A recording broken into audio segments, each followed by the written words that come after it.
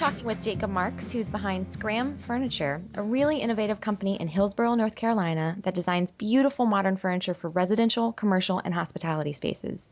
Thanks for being here, Jacob. Sure. Thanks for having me. So I know Skram Furniture manufactures gorgeous furniture, but why don't you tell us in your own words what your company is all about? Mostly what we're all about is the intersection of craft, American craft, and modern design. And I think what we like to explore, what I like to explore as a designer, is that intersection to try to make each better and each give it a distinctive American voice.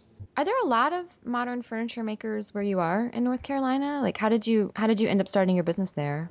Yeah, we're not tied in at all, really locally from a selling standpoint, but we are seriously tied into it from a supplier standpoint and in terms of drawing on a existing, relatively well experienced labor force and this huge network of suppliers that in the last few years have really taken a hit from the traditional North Carolina furniture manufacturing industry, which is all but gone, or that's maybe an overstatement, but it's seriously taken a pretty big hit.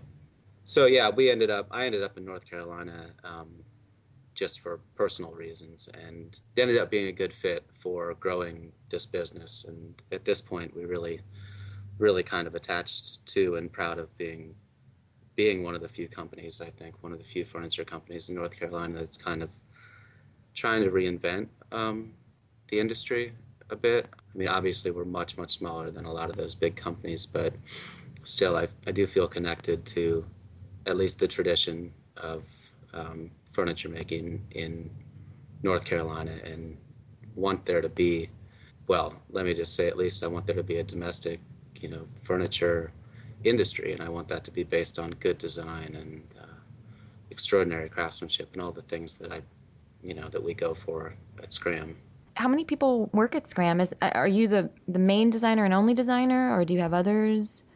Yeah, so it's my company, and I started it in 2001, I think. At that point, it was just me, and now there are six guys other than myself who work full time, and one other person in the office. That is six guys full time out in the shop, one other person in the office, and me. And I still do all the design work, and will continue to do all the design work, I think, at least as far as I can see. But yeah, I also still build stuff too. It just depends on what we've got going on and what needs to be fabricated. But some of the pieces, in particular, all the chairs, I do myself pretty much, aside from some of the sanding and finishing and whatnot.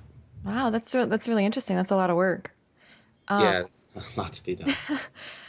did I read correctly that you're a self-taught furniture maker? How did you teach yourself to do such high quality designs like that? I don't really know. It's just, I studied history in college, actually, and I think the writing of history informed kind of the mission of what actually Scram is today. I think they're connected, and there's this really interesting requirement in writing history to sort of blend precision and creativity in order to write history well and to do something that's create something that's engaging. And it's really kind of the same thing in at least our brand of modernism.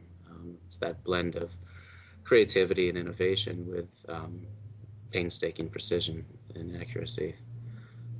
So anyway, so I graduated from college, and I at that point was just thinking about pursuing a doctorate in history and teaching, which probably would have been a disaster. So I'm glad I didn't. But anyway, so I lived in San Francisco for a few years after college, or lived in Brazil, and then I lived in San Francisco. And it was in San Francisco I started to take some jobs, and where I was working actually in sort of high-end cabinetry, but I would use the facilities and use my off time and weekends and whatnot to begin to just build things. And it just sort of evolved from there. I was in San Francisco for a few years, and then after about 3 years, moved to North Carolina with the intention to open up, you know, start my business, and that's what happened. That's a great story. That's really cool. I think those are sometimes even the better ones than the ones who go through design school the whole time. I feel like I don't know, I feel like you have a unique perspective on it.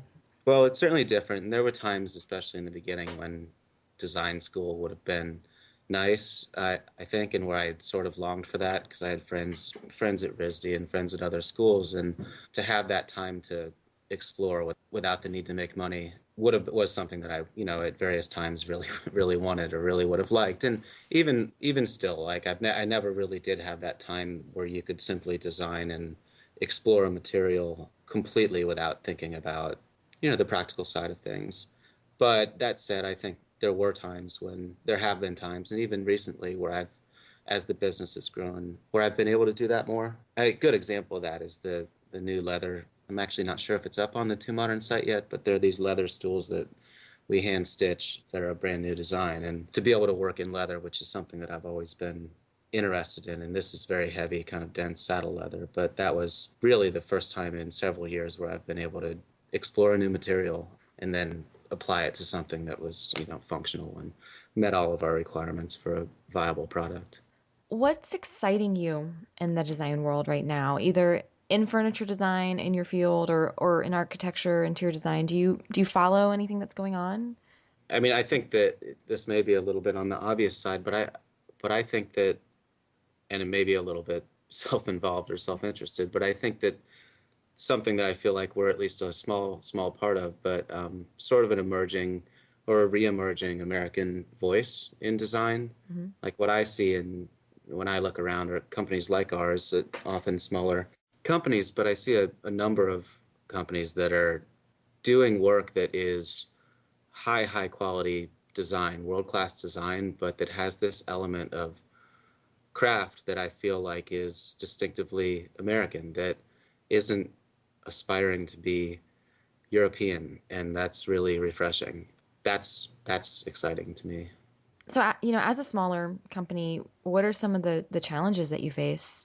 Well, the company's always evolving. I mean, it's always growing and slowly and steadily, but it's always growing, and that means that um, there's access to larger projects, larger markets, which then feed this cycle of growth. And there are thresholds that you need to cross when you're at the stage, or there's an important kind of threshold that needs to be crossed when you're at the stage that our company is, where you're starting to get into more volume, and you really need to figure out, this is a kind of an age-old story, but you need to figure out how to maintain that one-off kind of custom quality with slightly higher volume, and you need to keep the guys on the floor, happy doing volume and express to them the elements of doing multiples that are just as stimulating as doing, one of a kind work, even though it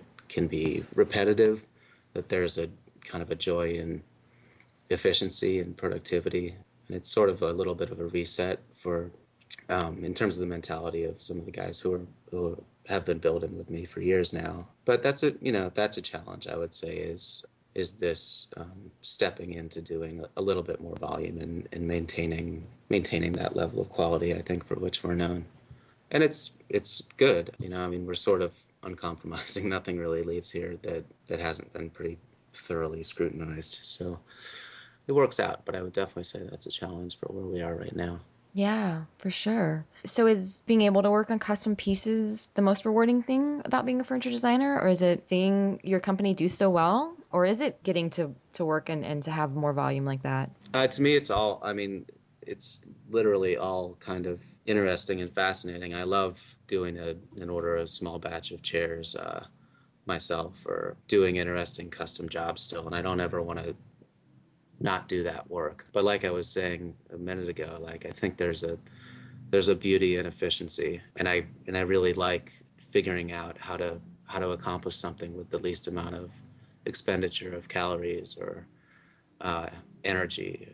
Um, so there really, I mean, there's not. I mean, I love dealing with clients, and I mean, like every aspect of this, um, aside from the recession last year, and when things are slow or complicated, that's not so fun. But other than that, this is pretty much 95% exactly what I like to be doing.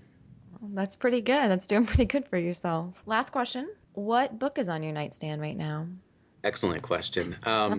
Two books. There are two books. One of which my wife and I, she read mostly. We're supposed to read out loud to each other, but she ends up doing most of the reading. And that book is Bolano, and it's called 2666, and that's a fantastic book. Highly recommended. And my personal book right now is called Distant Mirror. It's nonfiction, and it's about the plague years, basically in Europe, specifically in France and Britain, and so it's sort of set in the 14th century. Check those out for sure. Thank you so much for talking with us today. I really enjoyed that. Sure, me too. It's a pleasure. For more information about Jacob and Skram Furniture, you can visit skramfurniture.com. That's SKRAM Furniture.com. You've been listening to a Two Modern Designer interview. For more fun podcasts, inspiring design posts, and design advice, check out the blog at twomodern.com.